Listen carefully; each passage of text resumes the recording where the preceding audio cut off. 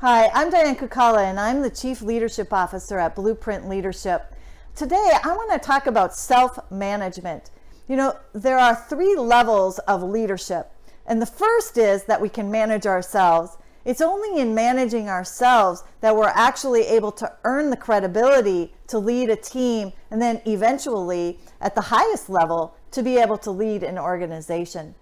But a lot of times when we're trying to self-manage, self-discipline, to create the right behaviors in our own life, we kind of miss the mark. And I want to give you an analogy as to why that happens.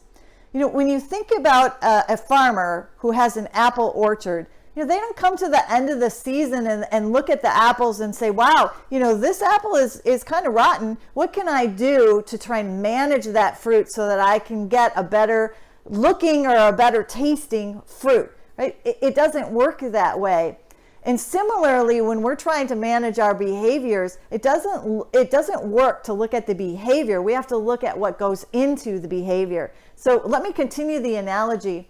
If you think about, the farmer has put a seed in the ground, and that seed in our analogy of behaviors is, what are the thoughts that we have?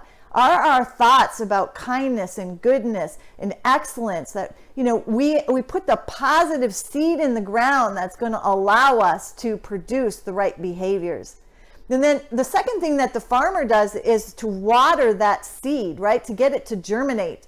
In our analogy of behaviors, what we want to do is put optimistic emotions into, to germinate those thoughts. So do we bring positivity? Do we bring joy? Do we bring happiness into situations so that we can produce the right fruit at the end?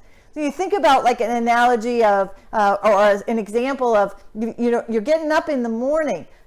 Are you going into the morning routine with your kids saying, wow, I am going to, believe that we're going to have a great morning. And I think that if I, make this breakfast, or if I pack, this note into the person's, my kid's lunch, or whatever the case might be, what thoughts are we bringing into that situation that's setting it up for us to be successful?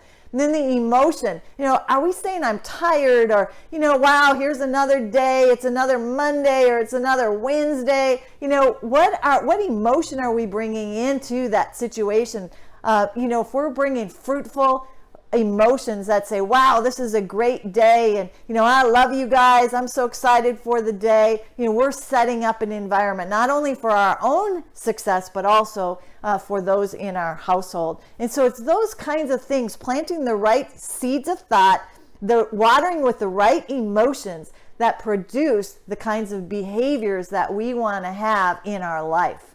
So once you have that flow, the next thing, we have created an infographic that will provide you with the 10 most prosperous habits of successful people. So I invite you, go ahead and get that in the link that we provided.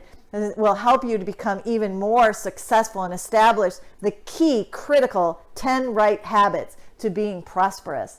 And then finally, I'd like to invite you into our Facebook Insiders group. It's called Blueprint Leadership Insiders. And here we have a group of people who are journeying together to become more effective leaders. Nobody becomes the great leader and you just stop at that destination. All of us are on a journey, and we'd like for you to journey along with us and with others who are bold and courageous leaders who want to make a difference in the world and impact it for good. So come alongside us and join us in the Blueprint Leadership Insiders journey.